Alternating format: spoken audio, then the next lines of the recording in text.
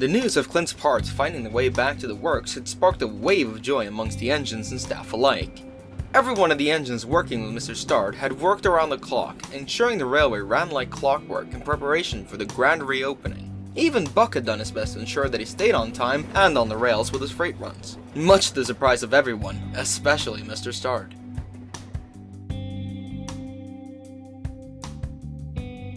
One evening, some of the engines had gathered at the sheds at Manifel. Mr. Start had some information for them, and had called down Ramsey, Darius, and Seb to the sheds to give them a heads up on the info he had recently come across, though he had been vague about exactly what when he had told them to meet him earlier that day. There was, however, a slight concern in the sheds. "Oh, come on, guys. I know the plan too.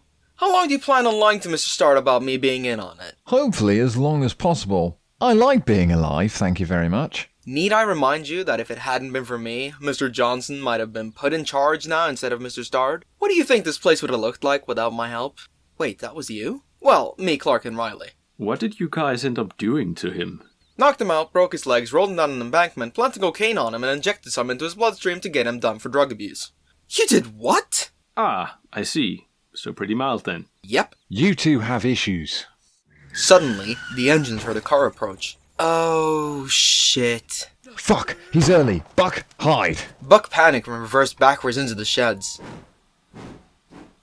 Not like that. Not like what? Oh, nothing, sir. We were just talking about how to haul the mail train safely. Seb here said full speed always helps. Mr. Starr looked up at Seb, squinting his eye slightly. Hey, a little extra speed never hurt anyone. Right. Well, anyways, I've come with some interesting news.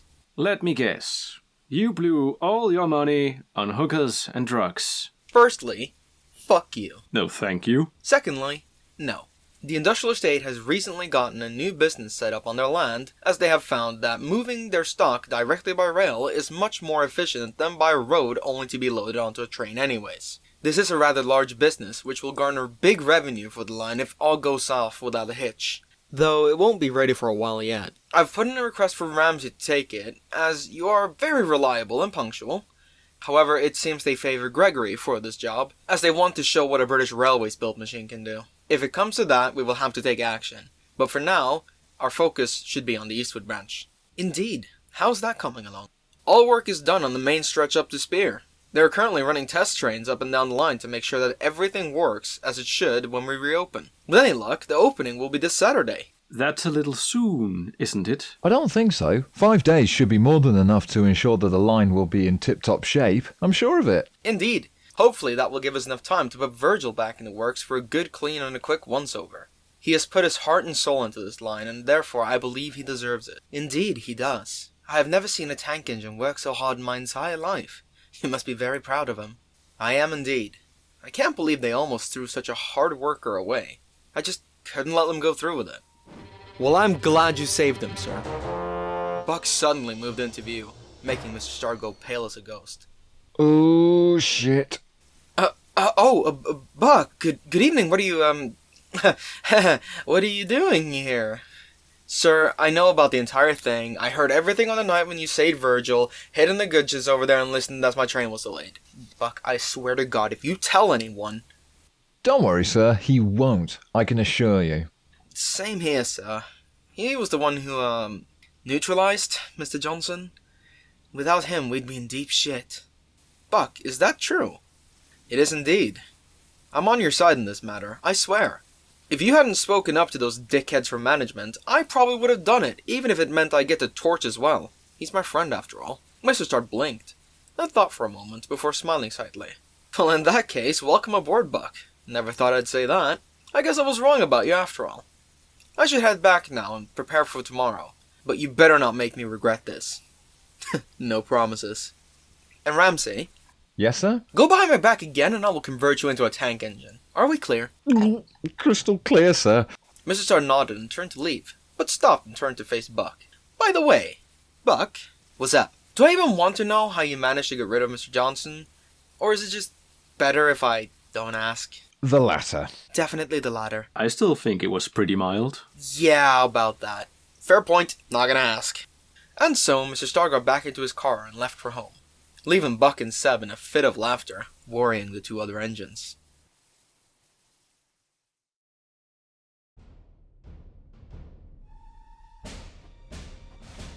The next few days went off without a hitch. Virgil had been running test trains on the eastward branch for the past few days to ensure that everything was up to shape. Though there was the odd kink here and there, it was quickly sorted out by the volunteers and crews, and by Friday afternoon, everything was in order for the big day. That same day, Virgil backed into the works. Mr. Starr had told him that he wanted to ensure he was in top working order before the big day, something he was very much looking forward to. Though he enjoyed the hard work, it had been a long time since he had gotten a proper long rest. He had just settled into this road when he heard the workmen talking. "Right, try forward again. Careful this time." Virgil looked to his left and nearly gasped in surprise. There, rolling slowly up beside him, was Clint. His new parts making him look as though he had just been built, though he had yet to have his chosen repaint. "Clint, you're awake? How was the sleep, old-timer?" "Far too long and boring. Much rather be out here working again with you. How's the branch, by the way? I hear the line is opening again tomorrow." "Yeah? We've been working hard this past week to ensure that the line works as it should. And I have to say, I'm impressed with the volunteers. They have done wonders to the line. You're gonna love it tomorrow." I'm sorry, Virgil, but I won't be ready in time for the grand reopening, I'm afraid."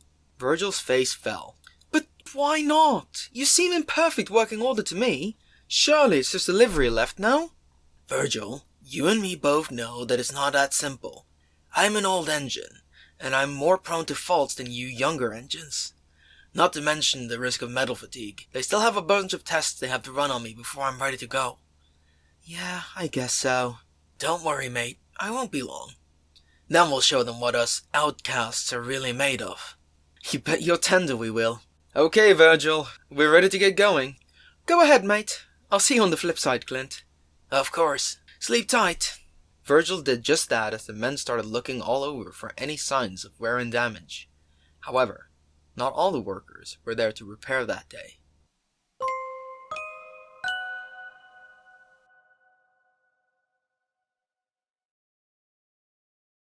Virgil awoke the next morning, all steamed up and ready, feeling new and refreshed. He looked around and saw Clint asleep in the back of the works again. Though he was repainted into his new livery, it seemed he was still not ready for the big day. Though he was aware of this outcome, he still let out a sad sigh as he moved forward to head up to the branch.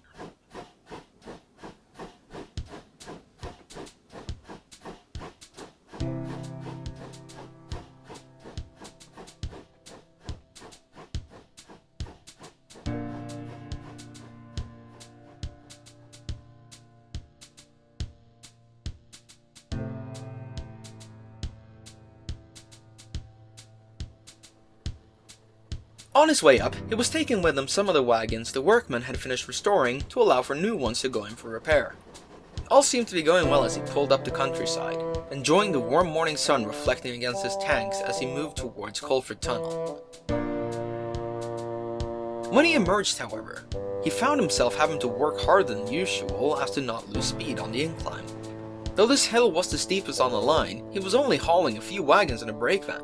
Nothing he hadn't done before. Pulling into the yard of the junction, he alerted his crew about his concerns. However, they found nothing wrong, and they came to the conclusion that he just needed a good run-in.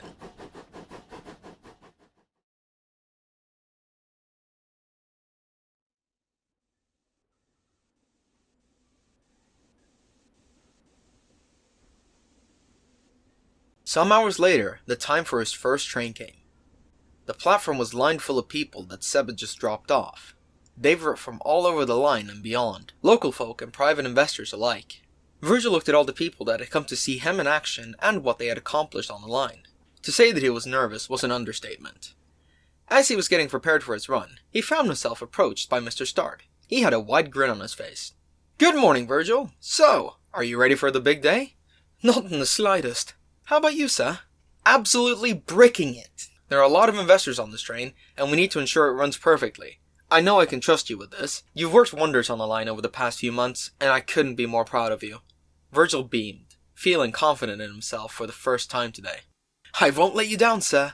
"That's a good engine. Now, I'll be joining the investors in the rear coach. Good luck, Virgil." Thank you, sir.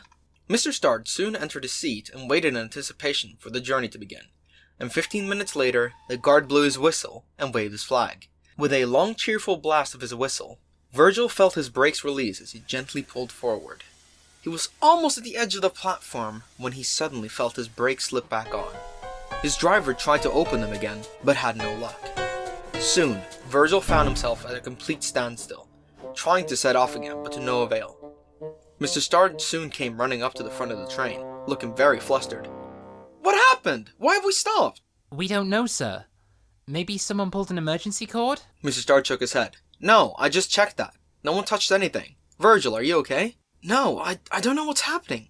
I'm trying to release the pressure, but nothing works. Oh, sugar. What is it? Did you find the fault? No, but I have a suspicion I know what it is. Virgil then suddenly realized what he was on about, and groaned. Oh, you've got to be kidding me. I'm not sure I follow. What's going on? His vac pump has failed. He can't release the pressure.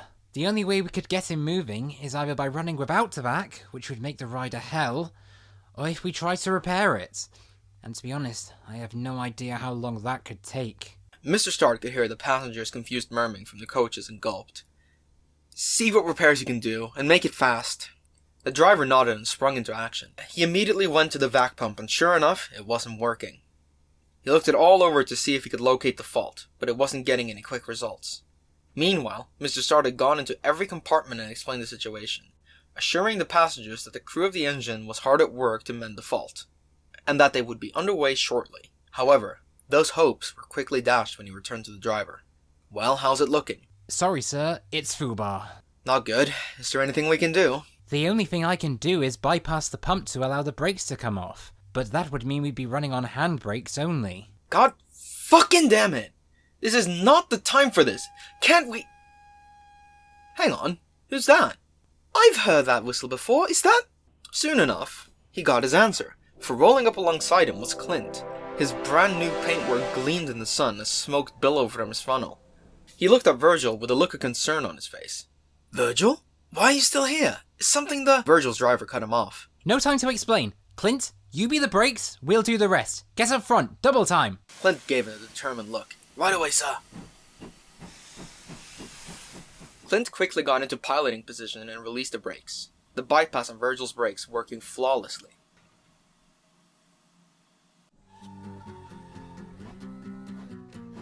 With cheers and applause from the coaches, the two set off up the line, this time without issue.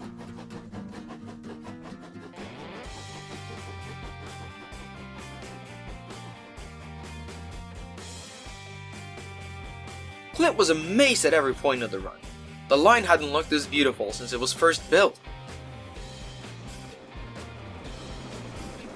Him and Virgil talked loudly about memories of the line, with some of the passengers listening intently to their stories.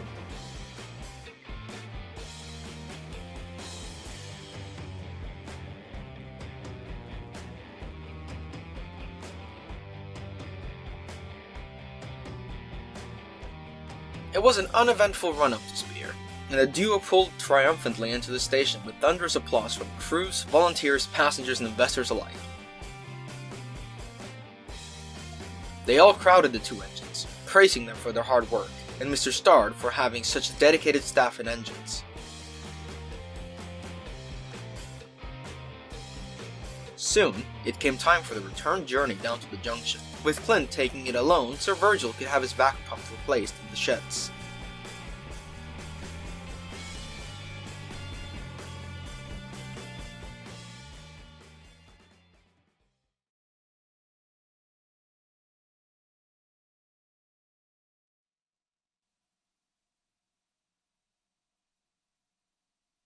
Later that night, the two engines were finally reunited in the sheds.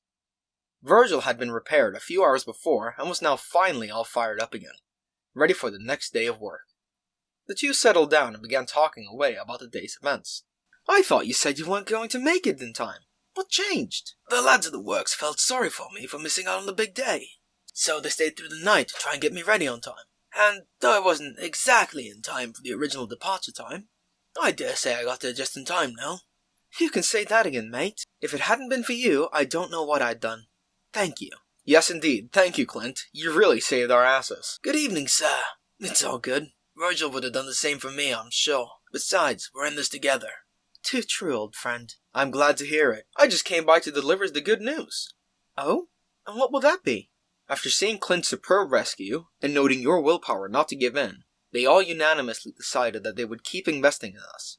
In fact, they've even increased the amount they're willing to give us. That's amazing, sir. I guess some good came out of my failure after all then. It would seem so. Just try not to make a habit of it, okay? He winked at Virgil, who laughed back. I'll try not to, sir. I'm glad to hear it.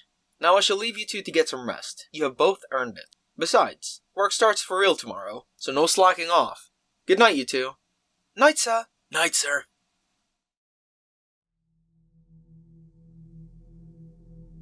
How?